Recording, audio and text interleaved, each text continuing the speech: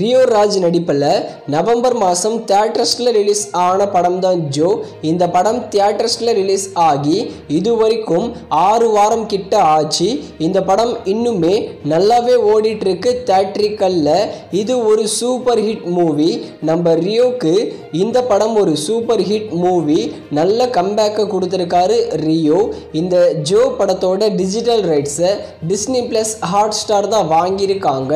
Satellite ரைட்ஸை Sun TV தான் வாங்கியிருக்காங்க.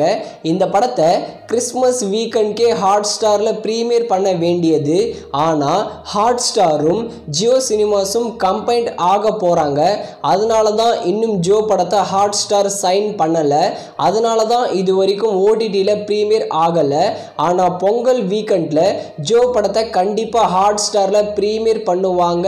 தமிழ், தெலுங்கு, மலையாளம், ஹிந்தி, கன்னடான்னு எல்லா லாங்குவேஜ்லேயும்.